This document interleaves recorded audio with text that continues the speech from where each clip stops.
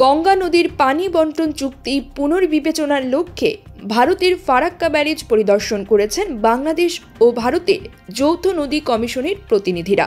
গঙ্গার পানির প্রবাহ ও বন্টন পরিস্থিতি সরেজমিনে পর্যবেক্ষণ করতে সোমবার 4 মার্চ ফারাক্কায় মিলিত হয় উভয় দেশের বিশেষজ্ঞ দল। বাংলাদেশের 7 সদস্যের প্রতিনিধি দল সোমবার কলকাতায় পৌঁছে সরাসরি ফারাক্কা ব্যারেজ পরিদর্শনে যান। একই দিনে ভারতের 6 সদস্যের দলও ফারাক্কায় উপস্থিত হন। জেআরসির 86তম বৈঠকটি 3 থেকে 8 মার্চ কলকাতা ও ফারাক্কায় অনুষ্ঠিত হবে। বাংলাদেশ দলের নেতৃত্ব দানকারী জেআরসি সদস্য মোহাম্মদ আবুল হোসেন বলেন, এটি নিয়মিত প্রক্রিয়া। প্রতি বছর উভয় দেশের বিশেষজ্ঞরা গঙ্গার অবস্থা পর্যবেক্ষণ করেন এবং প্রয়োজনীয় সিদ্ধান্ত নেন। গত বছরের মার্চেও একই ধরনের বৈঠক অনুষ্ঠিত হয়েছিল।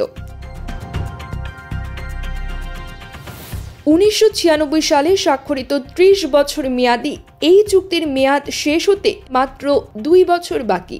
বাংলাদেশ দীর্ঘদিন ধরে অভিযোগ করে আসছে, শুষ্ক মৌসুমে ফারাক্কায় পানি প্রত্যাহার করে ভারত বাংলাদেশের প্রাপ্য অংশ কমিয়ে দেয়। রাজনৈতিক প্রেক্ষাপটেও এই সফর গুরুত্বপূর্ণ। গত আগস্টে শেখ হাসিনা সরকারের পতনের পর বাংলাদেশ ভারত সম্পর্কে কিছুটা টানাপোড়েন তৈরি হয়েছিল। এই বৈঠককে দুই দেশের কূটনৈতিক সম্পর্ক পুনরুদ্ধার ও ভবিষ্যতের পানি সম্পদ সহযোগিতার সূচনা হিসেবে দেখছেন কূটনীতিকরা। পরবর্তী ধাপে 6 ও 7 মার্চ কলকাতায় আনুষ্ঠানিক আলোচনা হবে। এতে শুষ্ক মৌসুমে পানি বন্টনের পাশাপাশি নদী ব্যবস্থাপনা সংক্রান্ত প্রযুক্তিগত দিকগুলো বিবেচনায় নেওয়া হবে।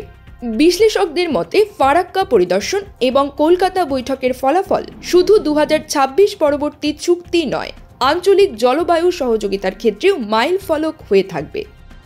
News desk, TGD world.